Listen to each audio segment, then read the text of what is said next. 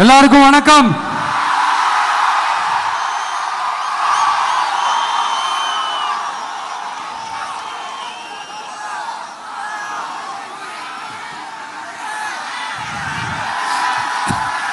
கிட்டத்தட்ட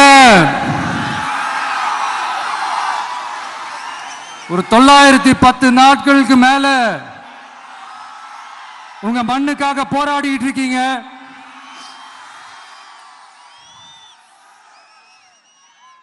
உங்க போராட்டத்தை பத்தி ராகுல்னு ஒரு பையன், சின்ன பையன் பேசினது நான் கேட்டேன். அந்த குழந்தையோட பேச்சு மனசு ஏதோ செஞ்சிருச்சு.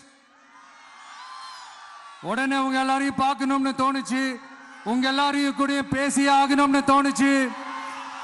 உங்க எல்லாரும் கூட நான் நிப்பேன், நீ தொடர்ந்து நிப்பேன் சொல்லணும்னு தோணுச்சு.